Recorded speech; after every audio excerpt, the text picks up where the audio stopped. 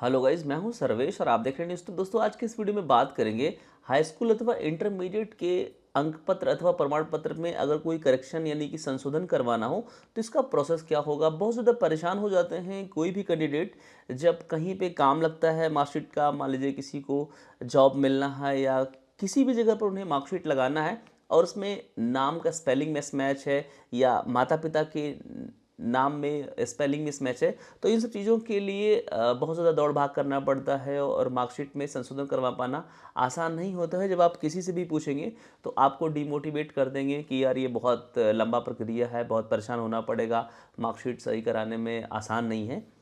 तो आपको परेशान होने की ज़रूरत नहीं है। आज के इस वीडियो में हम आपको कंप्लीट गाइड करेंगे कि कैसे आप आसानी से केवल 1 से 2 दिन में अपने मार्कशीट को संशोधन करवा सकते हैं और तुरंत यानी कि इंस्टेंटली आपको दूसरा मार्कशीट का प्रति ओरिजिनल प्राप्त हो सकता है। हाल ही में मैंने एक मार्कशीट करेक्शन करवाया है जो कि मैं सेम डे में यानी कि एक दिन में जा करके ही करेक्शन करवा के लाया हूँ। तो वही सारा प्रोसेस आपको मैं बताऊँगा। बस आपसे एक छोटा सा रिक्वेस्ट है, अगर अभी तक आपने हमारे चैनल को सब्सक्राइब नहीं किया है तो प्लीज़ चैनल को सब्सक्राइब करिए, वीडियो को लाइक करिए ताकि ऐसे तमाम सारे इन्फॉर्मेटिव और अपडेटेड वीडियो हम आपके लिए लाते रहें। सबसे पहले हम आपको बताना चाहेंगे, ये बातें हम कर रहे हैं उत्तर प्रदेश बोर्ड की यानी कि यूपी बोर्ड की। अगर आप सीबीएसई या आईसीएसई बोर्ड के हैं तो संभवतः ये वीडियो आपके लिए नहीं है। अगर आप यूपी बोर्ड से हैं और आपको मार्कशीट में संशोधन करवाना है या नाम पूर्णतः बदलना है तो भी आप ये वीडियो देख सकते हैं और इसी प्रोसेस से आप ये सब कुछ कर सकते हैं। तो गाइज, हम सबसे पहले आपको बताना चाहेंगे, पूरे उत्तर प्रदेश भर में कई रीजनल ऑफिस बनाए गए हैं मार्कशीट से संबंधित या बोर्ड से संबंधित काम करने के लिए। तो ये डिपेंड करता है कि आप किस क्षेत्र में रहते हैं, आपका जो एरिया है, आपका जो डिस्ट्रिक्ट है वो किस रीजनल ऑफिस के अंतर्गत आता है। वहीं पर जाकर के आपको अपना मार्कशीट संशोधन करवाना होगा। लेकिन आप ये पता कैसे करें कि आपका जो क्षेत्रीय कार्यालय है, रीजनल ऑफिस है, वो है कहाँ। तो इसके लिए आपको upmsp.edu.in वेबसाइट पर आना होगा। जैसा कि आप यहाँ पर देख पा रहे हैं, ये साइट खुला हुआ है और इसमें कॉन्टेक्ट अस सेक्शन में आपको जाना होगा और यहाँ पे आपको पूरा कांटेक्ट डिटेल मिल जाएगा और डिस्ट्रिक्ट वाइज सभी क्षेत्रीय कार्यालय का डिटेल दिया हुआ है। वहाँ पर आप जाकर के संपर्क कर सकते हैं। लेकिन संपर्क आपको डायरेक्टली जाकर के नहीं करना है, उससे पहले कुछ चीज़ों का व्यवस्था कर लेना है, कुछ कागजात का आपको इंतज़ाम करना है, उन कागजात को रजिस्टर्ड डाक से भेज देना है। उसके बाद आपको जाकर के उसकी पैरवी करनी है। एक ही दिन में आपको दूसरा मार्कशीट प्राप्त हो सकता है। चूँकि मेरा जो क्षेत्रीय कार्यालय है वो गोरखपुर है, लेकिन इस वेबसाइट पे मैंने देखा, यहाँ पे लिखा हुआ है जो भी मार्कशीट सन 2017 के पहले के हैं वो सभी उन सभी का जो कार्यालय है, जो पुराने दस्तावेज है, वो सब कुछ बनारस में है हमारे क्षेत्रीय कार्यालय का। तो मुझे बनारस जाकर के ये काम कराना पड़ा। हालांकि 2017 के बाद का अगर कोई केस है तो वो गोरखपुर क्षेत्रीय कार्यालय से ही हो जाना संभव है। यहाँ पे एक नोटिफिकेशन दिया हुआ था, मैंने ये देखा तो मुझे लगा कि जो मेरा काम होने वाला है वो वाराणसी से होगा, इसीलिए मैं वाराणसी जाकर के ये सारा काम करवाया। लेकिन वाराणसी यानी आपको अपने क्षेत्रीय कार्यालय तक कब जाना है, वो कुछ डॉक्यूमेंट, कुछ व्यवस्था कर लेना है, उसके बाद जाकर के आपको करवाना है। तो आइए उसके बारे में हम डिस्कस कर लेते हैं।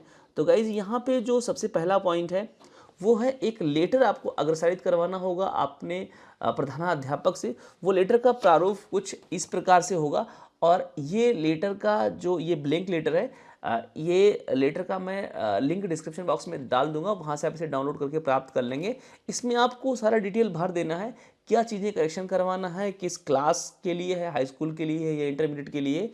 एक तरफ अशुद्ध एक तरफ शुद्ध लिखा हुआ है और जो अशुद्ध लिखा हुआ है उसमें क्या स्पेलिंग मिसमैच है वो अशुद्ध ही लिखेंगे, क्या सही चाहिए आपको वो दूसरे साइड शुद्ध वाले कॉलम में आपको यहाँ पे भर देना है। ये महज एक लेटर है और उसका ये एक प्रारूप बनाया गया है ताकि आसानी हो आपको ये लेटर लिखने में। और इसी लेटर पे यहाँ पे आपको अग्रसारित कराना है अपने प्रधानाध्यापक जी से। वो यहाँ पे लिख देंगे कि आवश्यक कार्यवाही हेतु प्रेषित यानी कि सेवा में अपर सचिव क्षेत्रीय कार्यालय माध्यमिक शिक्षा परिषद। अब माध्यमिक शिक्षा परिषद यहाँ पे कोई एड्रेस वाराणसी, गोरखपुर या कोई ऐसा नहीं लिखा गया है।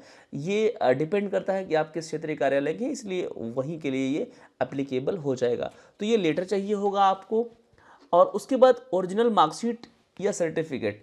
ओरिजिनल मार्कशीट आप यहाँ पे देख सकते हैं, ये ओरिजिनल मार्कशीट चाहिए होगा। जो करेक्शन करवाना है यानी कि जो आपको मार्कशीट करेक्शन कराना है, अगर इंटरमीडिएट का कराना है तो वही इंटरमीडिएट का ओरिजिनल मार्कशीट आपको देना होगा। तीसरा, original TC with countersign किया हुआ ओरिजिनल टीसी चाहिए आपको। टीसी के बेस पे ही करेक्शन किया जाएगा। अब ये टीसी आपको कहाँ से मिलेगा? जिस भी विद्यालय से आपने हाई स्कूल अथवा इंटरमीडिएट की परीक्षा उत्तीर्ण की होगी उसी विद्यालय में जाएंगे, 150 रुपये जो शुल्क देना होगा वो वहाँ पे दे दीजिएगा और बाबू से आप बता दीजिए, जो वहाँ के विद्यालय में सारा कागजात देखने वाले बाबू होते हैं उनको बोल दीजिए कि मुझे ये टीसी काउंटर साइन करवा करके दे दीजिए। यानी कि जो आपके डिस्ट्रिक्ट के डीआईओएस ऑफिसर होंगे उनके पास से वहाँ पे वो हस्ताक्षर कर देंगे उस पर, यानी उस प्रतिलिपि को वो सत्य प्रतिलिपि करके साइन करेंगे और फिर उस टीसी को आपको तीसरे डॉक्यूमेंट के रूप में संलग्न करना होगा। चौथा डॉक्यूमेंट, कॉपी ऑफ मार्कशीट अथवा certificate 10th class in case of 12th। अगर आपको इंटरमीडिएट के मार्कशीट में करेक्शन कराना है तो हाई स्कूल का मार्कशीट आपके पास तो होगा, सर्टिफिकेट आपके पास होगा, उसकी एक कॉपी देनी है। वो ओरिजिनल नहीं देगा ना हाई स्कूल का। अगर इंटरमीडिएट में करेक्शन कराना है तो हाई स्कूल के मार्कशीट की एक फोटोकॉपी आपको लगानी होगी। पांचवा, डोमिसाइल सर्टिफिकेट यानी कि निवास प्रमाण पत्र छात्र अथवा छात्रा का, जिस भी छात्र अथवा छात्रा का करेक्शन कराना है मार्कशीट में उन्हीं का निवास प्रमाण पत्र चाहिए। उस निवास प्रमाण पत्र में जो माता पिता का नाम मार्कशीट में लिखा हो वही उसी से रिलेटेड आप निवास प्रमाण पत्र बनवा लीजिए।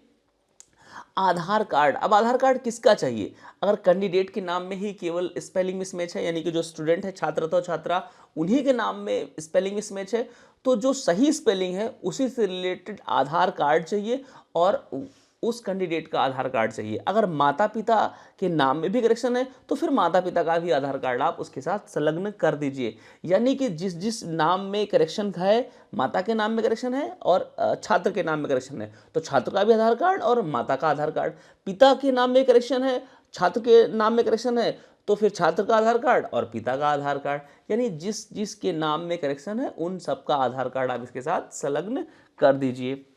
और फिर फैमिली रजिस्टर कार्ड यानी कि परिवार रजिस्टर का नकल, यानी परिवार रजिस्टर का एक कॉपी आपको हस्ताक्षरित कराना होगा जो आपके ग्राम विकास अधिकारी होंगे उनके द्वारा, और वो उसका जो है एक कॉपी वो भी आपको इसके साथ सबमिट करना होगा। और एफिडेविट, आप यहाँ पे आप देख पा रहे हैं इस तरह का एक आपको एफिडेविट बनवाना पड़ेगा और इस एफिडेविट में आपको अपना पूरा मैटर लिखना होगा कि आपको क्या क्या चीज़ें गलत हैं और क्या आप सही करवाना चाहते हैं, जैसा कि मैंने इसमें करवा रखा है। और फिर लास्ट में इसमें आपको ये भी मेंशन करना होगा कि जो मेरे पास वर्तमान मार्कशीट है इस मार्कशीट को लगा करके मैं कोई सरकारी अथवा गैर सरकारी नौकरी नहीं कर रहा हूँ, यानी मेरा इस मार्कशीट कहीं पे यूज़ नहीं हो रहा है और मुझे इसमें करेक्शन करवाने की आवश्यकता है। तो इस तरीके का ये एफिडेविट जब बन जाएगा तो फिर इन 8 डॉक्यूमेंट का एक पैकेट बना लेंगे एक लिफाफे में और फिर इसे रजिस्टर्ड डाक के द्वारा अपने क्षेत्रीय कार्यालय को भेज देंगे। जैसा कि मैंने यहाँ पे भेजा, ये लिफाफा मैंने बनाया था और इस लिफाफे में मैंने सारा कुछ रख करके क्षेत्रीय कार्यालय वाराणसी को सेंड कर दिया था। लेकिन सेंड करने से पहले आपको इन सभी डॉक्यूमेंट का, जो 8 डॉक्यूमेंट आप यहाँ पे संलग्न करके भेज रहे हैं, इन सब का एक एक कॉपी बना करके आप अपने पास रख लेंगे और जब आप इसे भेजेंगे तो आपको डाकखाने से एक स्लिप मिलेगा और उस पर जो आर्टिकल जो आप भेजेंगे उसका नंबर भी दिया रहेगा, उससे आप उसे ट्रैक भी कर सकते हैं। जब आप ट्रैक करिए 3 से 4 दिन में वो आपके क्षेत्रीय कार्यालय तक पहुंच जाए तो फिर वो जो सारा कॉपी आपने बना रखा था वो पूरा कॉपी सारा डॉक्यूमेंट का और वो टिकट जो स्लिप आपको मिला डाकखाने से, इसको लेकर के आप अपने क्षेत्रीय कार्यालय तक पहुंच जाएं। माना कि आपका क्षेत्रीय कार्यालय अगर वाराणसी है तो आप वाराणसी पहुंच जाइए और वहां पर जाकर के वही डॉक्यूमेंट और वो स्लिप आप बाबू को दीजिए। आप किस बाबू को आपको देना है, क्योंकि जब आप क्षेत्रीय कार्यालय पहुंचते हैं तो अलग अलग जिलों के अलग अलग बाबू वहां पे बैठे होते हैं। आप किसी से पूछ लीजिए कि भैया मैं इस जिले से आया हूँ, बाबू से मिलना है, तो वो बता देंगे। आप उनसे जाकर के संपर्क कर लीजिए और वो सारा डॉक्यूमेंट फोटोकॉपी और वो स्लिप उनको आप दे दीजिए, उनसे बात कर लीजिए कि बाबूजी मेरा बहुत इमरजेंसी है, ज़रूरी है, आप मेरा ये काम करवा दीजिए। तो संभवतः वो सेम डे में करवा देंगे। मेरे साथ भी ऐसा हुआ। मैं जाकर जब पहुंचा तो मैंने सारी चीज़ों को बताया और सेम डे ही उन्होंने ये सब कुछ मेरा करवा दिया। बस ये है कि आप उनसे किस तरह से बात करते हैं उसके ऊपर ही डिपेंड करता है। अगर आपसे उनकी बात बनी तो ही सेम डे में काम हो पाएगा। मेरा काम सेम डे हो गया था। मुझे मार्कशीट सेम डे यानी कि सुबह मैंने दिया था और शाम तक उन्होंने ये दे दिया था मुझे प्रिंट आउट करा करके। और फिर इसके साथ में एक लेटर भी दिया था उन्होंने, जो लेटर यहाँ पर देख सकते हैं, इस तरह का लेटर था ये। उन्होंने बताया कि इस लेटर को ले जा करके आप प्रधानाध्यापक को दीजिएगा और ये मार्कशीट भी आप उनको दीजिएगा। तो यहाँ पे वो पीछे सिग्नेचर करेंगे। अभी यहाँ पे 17/11/23 अभी हाल ही में 10 दिन पहले मैंने इस पर सिग्नेचर करवाया है। अभी इसी मंथ में करवा के लेकर आया हूँ इसे। तो इस तरह से आपको जब वो लेटर मिलेगा तो वो लेटर ले जाकर प्रधानाध्यापक को देंगे, तो वो लेटर प्रधानाध्यापक अपने पास रख लेंगे और इस पर सिग्नेचर कर देंगे। लेकिन वो लेटर का भी एक फ़ोटोकॉपी आप करा कर रख लीजिएगा, क्योंकि ये जो मार्कशीट होता है ये वहाँ से प्रिंट आउट करके दे देते हैं, दस्तावेज में हर जगह चढ़ा देते हैं, लेकिन इंटरनेट पर ये अपडेट नहीं होता है।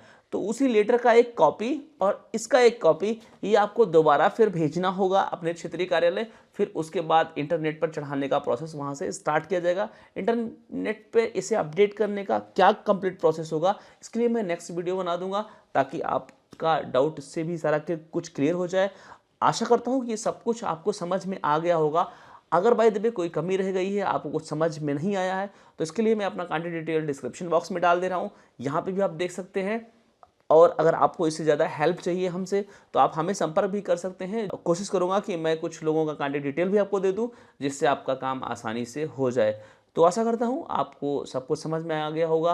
ये वीडियो आपको अच्छा लगा होगा, और अच्छा लगा है तो चैनल को सब्सक्राइब करिए, वीडियो को लाइक करिए। मिलूंगा किसी और इन्फॉर्मेटिव एंड टेक्निकल वीडियो में, तब तक के लिए जय हिंद।